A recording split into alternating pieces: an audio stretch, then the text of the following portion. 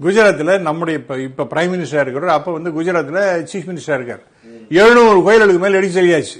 கோயில்கள் அவர் சிஎம் இருக்கிறப்ப. Yes, exactly. அப்ப என்ன தெரியுமா சொன்னார்? நம்ம இந்த இது விஹெச்பியினுடைய இன்டர்நேஷனல் பிரசிடென்ட் அவர் வந்து அசோக் சிங்கல். அவர் என்ன தெரியுமா சொன்னார்? இவர் வந்து அவுரங்கசீப், நவீன அவுரங்கசீப் அப்படின்னு அவர் சொன்னார். யாரா? மோடி. திரு மோடி அவர்கள் when he was the chief minister of Gujarat. இதெல்லாம் I am talking historical things. இதெல்லாம் இருக்கு. அப்புறம் அடுத்து பாத்தீங்கன்னா ஒரிசால 600 வருஷமாக இருக்கக்கூடிய அந்த மடங்கள் அதெல்லாம் உடைச்சு எறிஞ்சிட்டாங்க. மடங்கள்லாம் ஐயோ எல்லாரும் சத்தம் போட்டாங்க. அங்க இருக்க சுத்தி இருக்கக்கூடிய கடைகள் இடைகள் எல்லாத்தையும் அடிச்சு தள்ளி விட்டாங்க.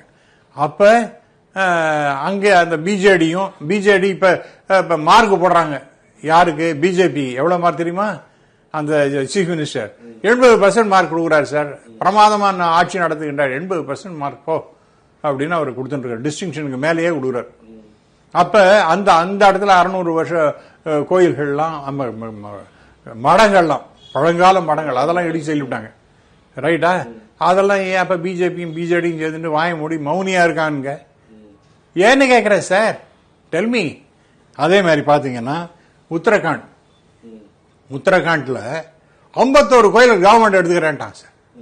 51 கோயில். நான் 1 2 அதுவும் என்ன தெரியுமா? சார்தாம் அப்படிங்கிற முக்கியமான கோயில். பத்ரிநாத், கேதார்நாத், கங்கோத்ரி, யமுனோத்ரி உட்பட 51 கோயில்கள். அதெல்லாம் யாருன்னா ஐஏஎஸ் ஆபீசர், அவர் தான் சிஇஓ அப்படின்னு ஒரு அதுக்காக ஒரு கமிஷன் போட்டு அந்த இந்த கோயில்கள்லாம் பராமரிக்க யாருன்னு பார்த்தா ஐஏஎஸ் ஆபீசர். அவர் தான் சிஇஓ, சீஃப் எக்ஸிக்யூட்டிவ் ஆபீசர்னு அவரை போட்டு அந்த மாதிரி சட்டம்லாம் போட்டு அது வந்து ஒரு ஸ்டேஜ் 2 ஸ்டேஜ் ஹைகோர்ட்ல வரைக்கும் கிளியர் ஆயிடுது. மிகப்பெரிய அளவிற்கு எதிர்ப்பு அந்த கோயில்களை நடத்துறவங்க.